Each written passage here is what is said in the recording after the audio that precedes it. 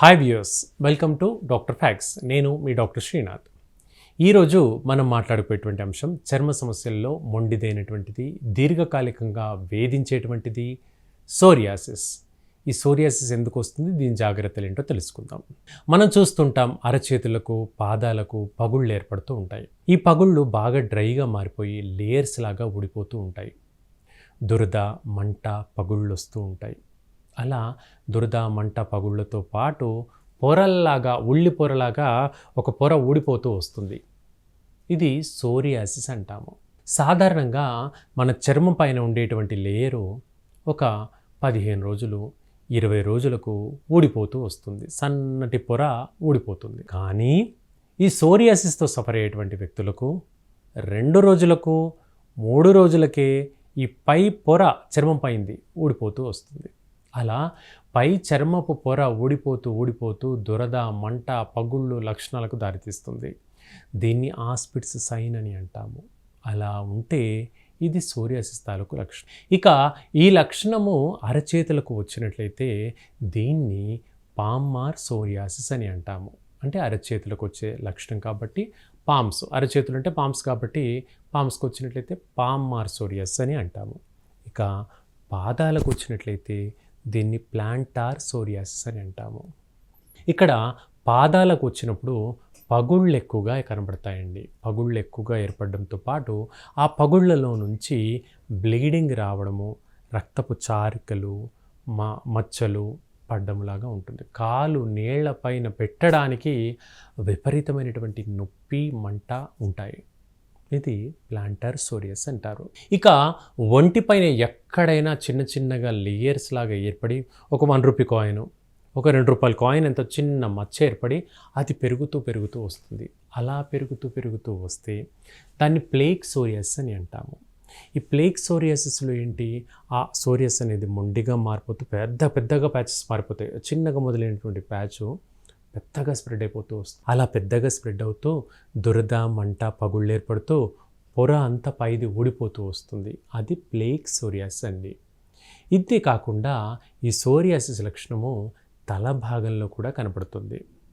తల భాగంలో ఏర్పడినప్పుడు స్కాల్ప్ సోరియాసిస్ అంటాము. ఇక్కడ ఏంటి, ఈ ఫోర్హెడ్ భాగం అంతా కూడా దురద, మంట, పగుళ్ళు రెడ్డిష్గా మారడం. చెవి వెనకాల, మెడ వెనకాల, ఫోర్హెడ్, తల భాగం, ఇలా 4 భాగాల్లో కూడా విపరీతంగా మనకు దురద ఉండడము, పగుళ్ళు ఏర్పడడం కనబడుతుంది. అయితే సాధారణ డాండ్రఫ్కి సోరియాసిస్కి ఒక చిన్న వ్యత్యాసం ఉంది. సాధారణ డాండ్రఫ్లో దురద ఉండదు, చర్మం పగుళ్ళు ఉండవు, చర్మం మంట ఉండదు. కానీ సోరియాసిస్లో ఈ 3 ఉంటాయి. చర్మం పగుళ్ళు ఉంటాయి, దురద ఉంటుంది, మంట ఉంటుంది. దాంతోపాటు చిన్న పొక్కుల్లాగా, కురుపుల్లాగా కూడా సోరియాసిస్లో తల భాగంలో కనపడతాయి. ఇది మొండి సోరియాసిస్ అండి, స్కాల్ప్ సోరియాసిస్. వీటికి మనము పట్టాన షాంపూలు వాడినా, లోషన్లు వాడినా లొంగదు. అంటే లొంగినట్టే, తగ్గినట్టుగానే ఉంటుంది కానీ తగ్గదు. అంత మొండిగా మారుతుంది. ఎందుకంటే ఈ డిసీజ్ అనేది ఆటో ఇమ్యూన్ డిసీజు. శరీరంలో రోగ నిరోధక శక్తి తగ్గి పుడుతున్నటువంటి వ్యాధి. కాబట్టి ఇది లోపల నుంచి పుడుతున్నటువంటి వ్యాధి. పైనుంచి మనం ఏదో పూతమందు పూస్తే తగ్గేది కాదండి. పూతమందు అంటే ఆయింట్మెంట్, లోషన్ ఏదో పూస్తే తాత్కాలికంగా తగ్గుతుంది కానీ శాశ్వతంగా తగ్గదు కదా.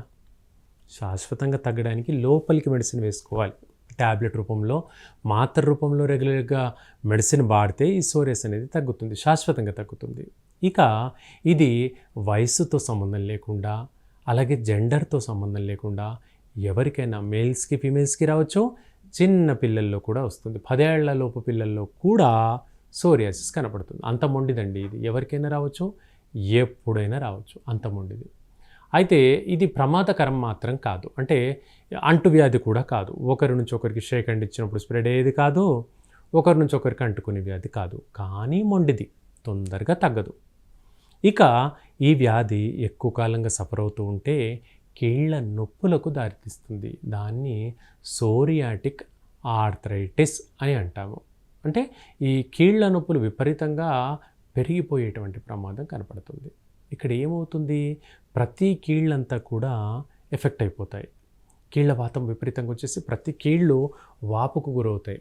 నొప్పి, మనము గ్లాసుడు మంచినీళ్ళు పట్టుకోవాలన్నా కూడా ఇబ్బంది, పెన్ను పట్టుకొని రాసుకోవాలన్నా కూడా ఇబ్బంది. అట్లా ఇబ్బందికరంగా మారుతూ సోరియాటిక్ ఆర్థరైటిస్ చాలా పెయిన్ఫుల్గా మారుతుంది.